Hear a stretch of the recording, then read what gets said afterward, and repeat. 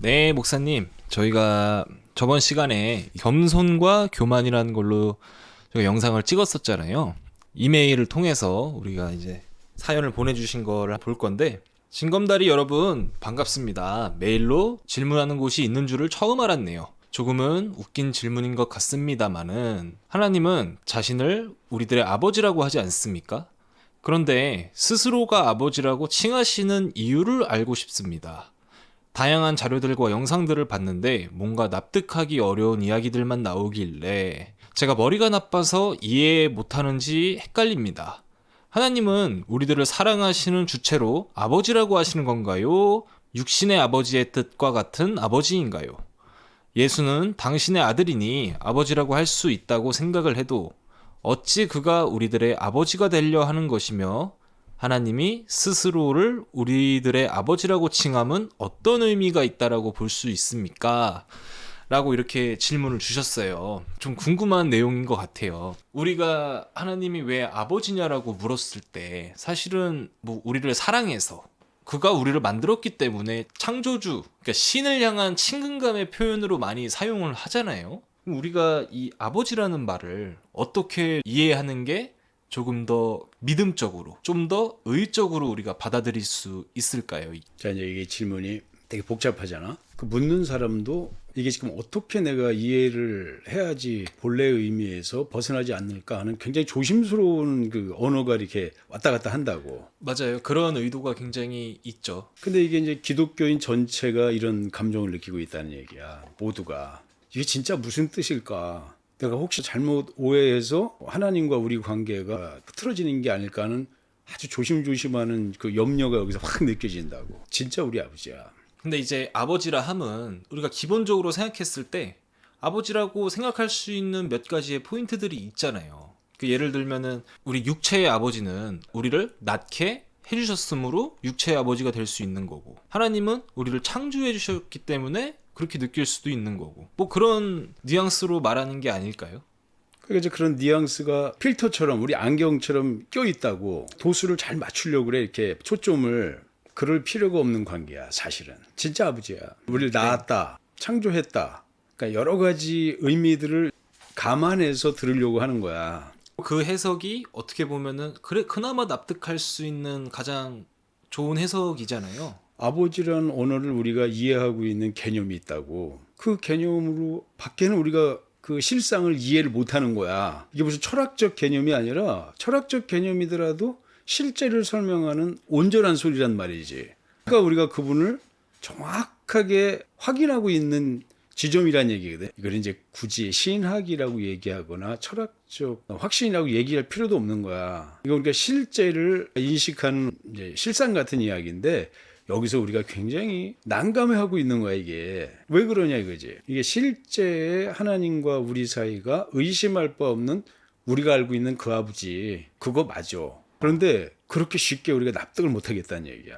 또 그렇게 해도 되는가 하는 걱정이 엄청나게 여기서 우리를 머뭇거리게 하고 있다고. 이거 누가 그렇게 했냐 이거지. 성경은 실제 하나님이 우리 아버지시란 얘기야. 근데 이제 우리는 이신칭이란 말을 많이 쓰잖아. 믿음으로 우리가 의로워지고, 그러므로 우리가 하나님의 자녀가 되는 권세를 얻었다고 얘기를 한다고. 이제 불러주신다고 생각하는 거야. 칭. 그러니까 네. 호칭해 주신다는 그렇죠. 얘기지. 인정해 주겠다 이런 의미로 듣는다고. 실제가 아니란 얘기잖아. 이름을 불러주시는 거나 그렇게 인정해 주신다고 하는 거니까 실제는 아닌데 하나님이 그렇게 뭔가 호의를 베풀어 주셨다는 의미로 들린다고. 그 칭이라고 하는 말에는 강력하게 그거에 대해서 머뭇거리는, 감이 들어가지 못하는 경계가 거기에 이렇게 작용하고 있는 거야. 확신 있는 믿음으로 우리가 확신해가지 못한다는 얘기야. 결론 못 내리고 있다는 얘기거든. 우리 이제 목사님들이 뭐 아니면 이제 소망을 가지고 전적으로 그 일에 이제 의미를 두고 살아가는 사람들을 우리 하나님의 종이라고 많이 그러잖아. 맞아요. 정신없는 짓을 하는 거야. 근데 하나님의 종이라고 쓰는 게 오히려 조금 더 그런 의미가 있는 거잖아요. 우리 자신을 좀 낮춰서 그렇게 말을 한다. 그렇기 때문에 사람들이 받아들일 때도 왠지 거부감 없이 받아들이게 되잖아요, 그게. 변명이지. 그럼 내가 우리 아버지한테 가서 내가 그런 의미로 내가 종이라고 쓰면 아버지가 참 이해하고 그 개념에 나 동의할 수 있겠다 할 수 있느냐면 그렇지 않은 거야. 생각해보면 아버지가 화낼 수도 있는 거 아니에요? 예. 너 왜 갑자기 종이래? 그 아버지가 꿈꾸는 꿈하고는 정반대의 확신을 가지고 있다는데 도대체 왜 그러냐고. 두렵다는 얘기야. 아버지가 아니란 얘기지. 이름만 부여해 주신 것이지 그 경계를 넘는 날에는 본래의 모습으로 하나님이 나를 심판하시듯이 달려드신다고 생각하니까 여기에는 이제 근본적 오류가 우리를 아주 쭈뼛거리게 만들고 있고, 그러므로 우리가 하나님을 확신할 수 있는 확신이 다 무너지는 거야. 우리가 영화나 드라마 보면은 어떤 종 같은 자가 자기를 너무 감동시켜요. 그러면은 너는 오늘부터 그렇지. 내 아들과 같은 자다. 그렇지, 그렇지. 너 내 아들이야. 해도 그게 실제 아들은 아니잖아요. 아니라는 사실. 거지. 그게 그 분수를 모르고 넘었다간 내 마음에 합할 때에는 용납하지만 원래의 의미를 초월하는 순간 용납하지 못하겠다는 얘기거든. 좀 그런 식으로 우리가 번역하는 게 있지 그렇지. 않나. 이신칭의가 그 말이야. 우리가 믿음 아래 있고 하나님의 영광을 위하여 협조할 때에는 우리를 의롭다 부르고 하나님의 자녀라고 대우하시지만 거기에 대해서 조금이라도 경계를 넘어가는 날에는 하나님은 본래의 모습으로 대우하신다고 하는 두려움이 깔려 있는 거거든. 그러니까 무슨 말이냐? 아무리 애를 쓰고 노력해도 근본은 변하지 않는다는 거지. 하나님과 우리 사이에 맺어진 관계가 계약의 관계일 뿐이지 실제 아버지라고 생각을 안 하는. 자, 근데 이제 여기 아버지란 말에 믿음의 근본적 이유가 있는 거야. 그가 아버지가 되고 싶으셨다라고도 우리가 해석할 수 있는 건가요? 그럼 하나님의 꿈이야. 왜 아버지가 되고 싶어? 소망이라고. 꿈이에요. 그러니까 왜 그럴까? 기쁨이라고. 아니 도대체 무슨 그런 기쁨이 있습니까? 자녀를 가진 기쁨이야. 근데 우리가 또 이 개념을 이해하는 데 있어서 예수님이라는 존재가 어느 정도 방해를 한다고 생각을 해요. 하나님의 직접적인 자녀의 1순위는 예수님이잖아요. 받아들이시지. 네, 어떻게 보면은 그가 진짜 아들이고 우리들은 아까 그 비유처럼 칭함받은 자, 그렇지. 존재라고 자, 우리가 인식하는 게 그렇지. 있잖아요. 자, 이 개념이 순서가 바뀌어서 그래요. 하나님은 아들이 되실 필요가 없어. 자녀들 때문에 그 아들이 오시는 거야. 그러니까 우리를 자녀로 얻으시려고 하는 하나님의 능력이 발휘된 거야. 그러니까 우리가 정말로 전제가 많이 잘못됐다라는 게 느껴져요. 사실은 우리가 성경을 봤을 때 전체적인 맥락에서 구약에서는 예수 그리스도를 보내실 거다. 그리고 신약에서는 그것이 이루어지는 게 나오잖아요. 그렇지. 그러니까 구약의 메인이 예수다 보니까 하나님의 아들이 이제 메인으로 나오게 되는 그 과정을 그렇지. 우리가 성경이라 이해하잖아요. 그렇지, 그렇지. 그래서 지금 이제 머뭇거리는 거야. 그분이 아들이고 우리는 무슨 들러리가 아닐까? 그렇죠. 그분이 우선이고 그분이 목적이고 네. 우리는 그분이 오시는 인간의 모습으로 그분- 인간 세계를 이루고 있는 자로 이렇게 준비되고 있고 종같이 아들이 오실 길을 위하여 준비하고 있는 자들이다. 이렇게 생각한다고. 여기 바뀌었어요. 하나님의 아들이 인간의 모습으로 오실 필요가 없는 거야. 그 왜곡된 시선이 의심 없는 확신이라고 교회를 지배해 왔어요. 그렇죠. 지금도 신학이 그렇게 가르쳐. 그게 뭐냐면 하나님의 영광을 위한 신학에서는 하나님 자신의 모든 영광들이 하나님이 하시는 일에 목적이라고 생각하니까 그 의미에서 볼 때는 하나님의 아들이 높으신 것 같거든. 우리보다. 그리고 그분이 하나님의 목적이고 우리는 그분이 오시는 길로서 수단인 것 같아요. 이게 거꾸로 됐다니까. 그러면은 왜 하나님이 굳이 아들의 모습으로 오실 필요가 없는 우리 건가요? 때문에 오신 거야. 우리를 의롭게 하시려고 오신 거라고. 그래서 우리를 하나님의 자녀 되게 하시는 생명으로 오신 거야. 그렇죠. 그러니까 이 말을 조금 더 쉽게 우리가 말하면은 하나님께서 예수를 보내시는 것 자체가 그를 예언하고 그것을 시작하신 이유 자체가 우리 때문에 애초에 예수를 보낼 생각을 가지셨다라고 그럼. 이해하는 게 그렇지, 사람 그렇지. 조금 더 이해하기가 쉽겠네요. 인간이 아니고는 예수가 오실 필요가 없는 거야. 그래서 우리를 원하셨는데 네. 자녀를 원하셨다고. 자녀라고 하는 말에는 이유 없이 거기서 기대되는 기쁨은 사랑밖에 없어. 이 사랑 때문에 우리를 자녀 삼으신다는 얘기야. 그러니까 우리가 누구냐? 너는 내 자녀 삼고 싶다 이 말이지. 자녀란 말은 내 사랑에 의심할 바 없는 목표다 이 말이야. 나의 기쁨이고 나의 소망이고 나의 꿈이고 나의 행복이다. 너희가. 그래서 너희를 내 자녀로 영원히 얻으시겠다 이 말이야. 그러면 누굽니까 우리가? 그때 너희가 나의 자녀다. 근데 너희가 나의 사랑이야. 사랑이라고 하는 아주 하나님의 영원하신 의심할 바 없는 행복이 우리를 통하여 그 자녀들을 통하여 성취되는 거야. 그 피조물인 인간을 만드시고 그들을 하나님의 자녀 되게 하는 생명, 그 영광, 그의 능력이 우리에게 쏟아 부어지는 거라고. 누구로 말미암아? 예수 그리스도로 말미암아.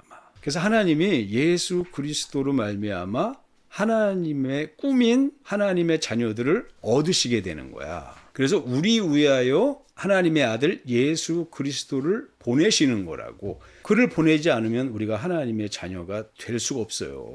그러니까 우리가 보통 교회에서 그런 말들을 많이 하잖아요. 하나님의 영광을 위해서, 하나님을 위해서 우리가 뭘 해야 된다. 근데 우리가 생각을 조금만 바꾸면 그가 정말로 우리를 자녀 되게 하시고 자기의 맏아들 예수 그리스도를 보내셔서 십자가에 못 박히는 그 장면을 보시면서까지 하고 싶었던 게 우리를 자녀로 만드시기 위함인데, 그분을 위해서 무엇을 한다라는 것 자체가 굉장히 오류투성이라는 불가능하지. 거죠, 사실. 불가능하지. 그러니까 무엇이 목적이냐는 거야. 하나님 자신을 위한, 하나님의 영광을 위한 목적이라고 생각하는 게 지금 교회의 입장이고, 그렇죠. 성경이 말하고 있는 것은 너희를 위하여라는 거야. 근데 이제 그게 체감되기가 어려워서 그런 거잖아요, 사실. 성경은 완전히 그걸 확신 있게 우리에게 증거하고 있는 거야. 우리가 목적이고 하나님이 수단이야. 그래서 우리를 하나님의 자녀로 얻으시기 위하여 하나님은 자기에게 있는 모든 것을 동원하여 그 뜻을 이루신다고. 네. 근데 이게 하나님께는 감당하셔야 될 위기라고, 위기. 아버지는 아들을 하나님의 목적인 자녀들을 향하여 내어주셔야 돼요. 아들을 십자가에서 잃어버리셔야 된다고. 네. 아들은 십자가에서 달리셔야 돼요. 성령은 그 아버지와 아들의 그 영원하신 의의 일을 위하여 우리에게 찾아오셔야 돼. 그래서 모욕받고 해방받고 거역당하신다고. 그러함에도 피해가지 못하는 하나님의 일이라고, 일. 그러니까 우리 위하여 하나님은 자기 목숨을 내어놓고 진행해 오시는 일이 있어요. 요걸 의라고 그러는 거야. 요게 예수 그리스도를 통하여 그 일을 하신다고. 의의 실상이신 예수 그리스도가 오셔서 하나님의 영원한 목적인 하나님의 자녀를 얻으신다고. 그래서 보면은 그 성경에서 구약이야 뭐 옛시대 사람들이 형제라고 많이 불렀지만 예수께서도 우리한테 형제라고 말씀하시는 게 있잖아요. 실제로 형제지. 그러니까 실제로 그분이 우리를 대하셨을 때는 야, 너 내 동생들이야. 그래서 그럼. 이렇게 받아들이시는 게 그럼. 아닌가 이게. 그래서 형제를 사랑하는 것보다 더 온전한 사랑이 없는 거야. 야, 내가 네 형이야. 야, 내가 니들 때문에 왔어. 그래서 형이 오는데 십자가에 죽으셔야 된다고. 왜? 그럴 만한 가치가 있고 그래야만 하는 필연의 의의가 있다 이거야. 왜 그러십니까 하는 거지. 도대체 목적이 무엇입니까 할 때 그게 사랑이다 이거야. 근데 그 사랑이란 말이 정말 맞습니까 할 때 어떻게 우리가 그걸 확신할 수 있습니까 할 때 너희는 내 자녀고 나는 너희 아버지다 하는 말이야. 그러니까 아버지가 되시려고 하는 그 꿈은 하나님이 포기할 수 없는 하나님의 기쁨이다 이 말이야. 행복이라고. 그러니까 우리가 하나님께는 영원한 행복이에요. 근데 어떤 행복이냐 할 때 사랑의 행복이더라 하니까 의심스러울 수가 없는 하나님의 행복이겠다. 우리 결론 내릴 수 있는 거지. 그러니까 아버지의 행복이라는 거는 완전히 사랑으로 결론 나는데 그 사랑의 기쁨이 어떨 것인가에 대해서 의심할 수는 없는 거란 얘기지. 그러니까 하나님께, 전능하신 하나님, 스스로 자존하신 하나님께 무슨 꿈과 목적이 있겠어. 그렇죠. 부족한 것이 없는 완전한 행복 속에 거하시는 분인데 그 홀로 계신 하나님께는 사랑의 기쁨이라는 거는 소망이 있을 뿐이지 실제가 되지 않는다고. 그래서 의를 정하시는 거야. 근데 어떻게 보면은 목사님께서 말씀하시기를 다른 신들은 자기를 아버지라고 부르지 않는다라고 말씀하셨잖아요. 그렇지. 근데 생각해 보면 우리가 단순하게 생각만 해봐도 스스로를 아버지라고 부르는 건 자기에게 있어서도 굉장히 낮아지는 단어잖아요. 그렇지. 네. 목숨을 내어줘야 되는 얘기야. 그쵸. 그러니까 무슨 말이야? 목숨을 어떻게 내어줘? 그것이 완전히 우리에게 이해되는 개념, 그것이 완전히 동의되는 확신이 있어야 된다고. 그게 그렇죠. 사랑이라고. 그래서 누구든지 사랑의 의미에 대해서는 부정할 수가 없어요. 사랑은 목숨을 내어주는 거야. 그러니까 사람들이 아버지라는 단어를 어떻게 보면은 그냥 친근감 있는 표현, 그렇지, 그렇지. 이렇게 생각을 하시는 것 같은데, 그게 아니지. 하나님이 내가 너희의 아버지다라고 말하는 것은 본인이 그 정도의 리스크를 감당하고서도 내가 이루고 그렇지. 싶은 그 일이 있다라고 그렇지. 말하고 싶은 그 단어인데, 그렇지. 그 아버지라는 단어를 그냥 그거 내가 너희한테 그만큼 의미 있는 자야, 그냥 이렇게만 생각하는 게 많지 않나, 참 아쉬운 그렇지. 마음이 있는 거죠. 자, 이제 이 하나님이 사랑이란 말 있잖아. 네네네. 이 사랑이란 말은 하나님만 감당하시는 언어란 말이죠. 하나님만이 목적하실 수 있는 의미란 말이야. 그러니까 그만 알고 계시는 의미야. 하나님만 소망할 수 있는 의미라고. 이 사랑이란 말이. 그래서 하나님이 거룩하시다 그러잖아. 어떤 면에서 거룩하냐 할 때는 의 안에서 거룩하다 할 때는 사랑하시는 유일하신 분이라는 것에서 이 세상 어떤 신들도 접근할 수 없는, 범접할 수 없는 유일한 위치에 계신 분이다 이거야. 그만 알 수 있는 영원한 일을 그가 하셨다는 얘기야. 그게 창조자의 일이더라 이 말이지. 창조하셨는데 어떠한 목적으로 창조하셨느냐 할 때는 사랑이란 꿈을 향하여 창조하셨다. 이걸 우리가 확신할 수 있는 거고, 사랑이라는 의미로 피조된 세계가 하나님의 의대로 역사를 통하여 완성되어 가더라 할 때 그 실체가 무엇이냐 할 때 그게 하나님의 자녀다 이 말이야. 그러니까 우리가 실제 하나님의 자녀가 되는 것이고, 그건 하나님의 사랑이 우리에게 이루어지는 것인데, 이건 오직 전능하신 하나님만 하실 수 있는 영원하신 일이라는 얘기예요. 그분의 존재를 우리가 이 사랑 속에서 확신하게 돼. 이 사랑할 수 있는 다른 신이 없어요. 사랑은 목숨을 내어주는 일이야.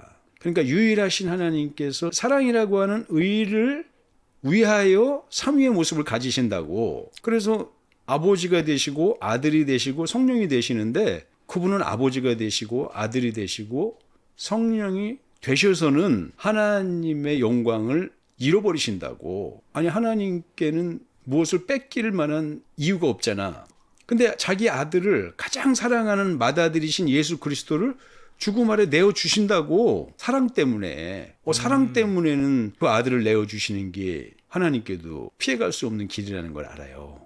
피조된 인간이 사랑 안에서 그 좌절하는 위기를 그가 알고 계신다고. 그래서 아들을 보내시는 거야. 보내시는데 예수 그리스도로 보내신다 이거지. 십자가에 죽으시고 의로서 우리가 완전히 하나님의 자녀가 되는 은혜와 진리의 일이 성취되는 거예요. 그래서 성령이 오셔야 돼. 아버지에게서부터 독생하신 아들을 향하여 성령이 나오셔서 아들 안에 거하시고, 그는 아들의 일을 하시고 나서는 하늘에 가시는데 우리 향하여 성령으로 나오셔서 그 영원한 생명의 관계가 완성되게 하신다고. 이건 사랑을 향하여 하나님이 사랑을 지켜내시는 하나님의 의의 일이다 이 말이지. 그래서 아버지와 아들과 성령이 되시는데, 이거는 아들을 내어주셔야 되는 위기와, 아들은 십자가에서 못 박히셔야 되는 위기와, 성령은 우리 안에 오셔서 감내하셔야 되는 위기가 여긴 각오된 것이라고. 왜 그 각오가 됐느냐?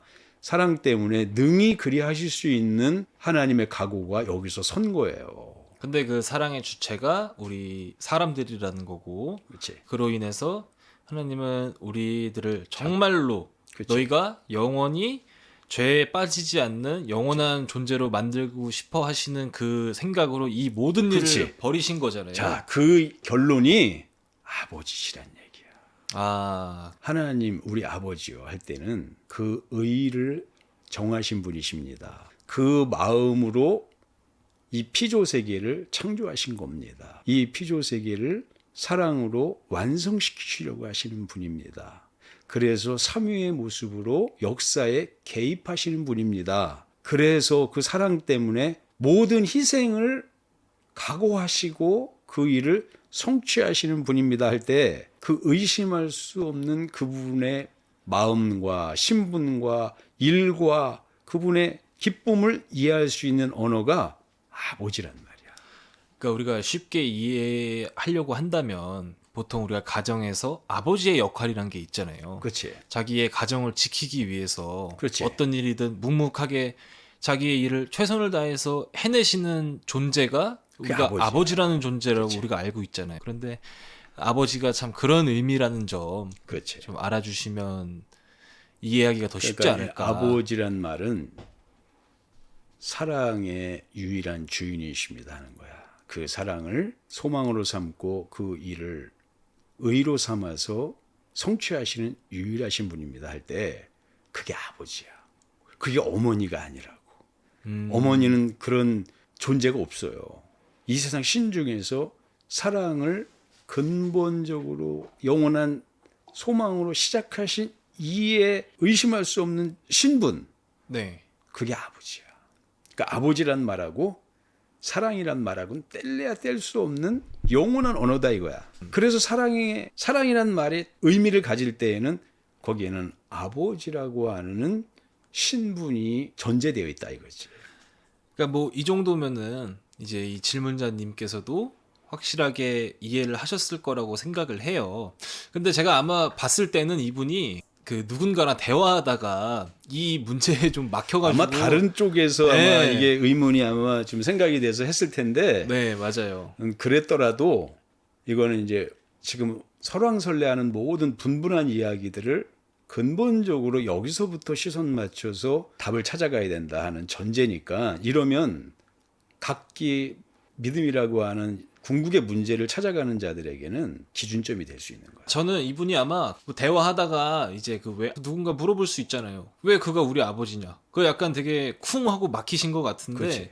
이런 얘기를 풀어감에 있어서 그러니까 이 질문자님도 한번 이런 식으로 좀 풀어가 보셔야 될 것 같아요. 하나님이 왜 모든 일을 시작하셨는가? 그가 왜 내 아버지냐? 그렇지. 불만을 품는다면 아버지가 무슨 의미인지 아냐? 이렇게 대화를 하감에 더 아니 우리가 훨씬 더- 여기서 조금 이제 힌트를 주자면 홀로 계신 이가 역사를 시작하실 이유가 없어요. 그렇죠. 사랑 때문이야. 그 사랑이라고 하는 의심할 수 없는 의, 이걸 정하신 분이 누구냐 할 때 그건 아버지일 수밖에 없는 거야. 아버지란 말하고 사랑이란 말하고 창조란 말하고 의라는 말하고 역사란 말과 영원한 나라의 영원한 행복이라는 건 완전히 일직선상에서 성경을 관통하고 있는 이야기다 이 말이지. 그러니까 이 질문자님도 대화하실 때 한번 그 의미를 조금 되새겨 보고 이 얘기를 해보면은 본인도 좀 더 수월하게 해결해 나갈 수 있을 거라고 생각을 해요. 아마 이렇게 그런 개념만 가지고서 생각을 하다 보면 뭐 남들하고의 개념에 대한 충돌이 문제가 아니라 내가 생각했던 하나님과의 우리 관계가 감당할 수 없을 만큼 영원한 기쁨을 향하여 있구나. 그렇죠. 영광을 향하여 있구나. 하나님과의 우리 사이는 끊을래야 끊을 수 없는 영원한 관계구나. 그분의 확신에 의해서 이게 이제 진실이라는 걸 발견하게 돼요. 그래도 우리 질문자님께서도 조금 이상한 질문을 해주신 것 같다라고 이렇게 메일을 보냈지만 오히려 이런 질문이 우리가 하나님을 이해하는 데 있어서 확실하게 근본되는 질문이라고 생각을 해요. 이런 질문 있으면 앞으로 더 많이 보내주시면 저희들이 다 답변해 드릴 테니까 편한 마음으로 보내주시면 될 것 같습니다.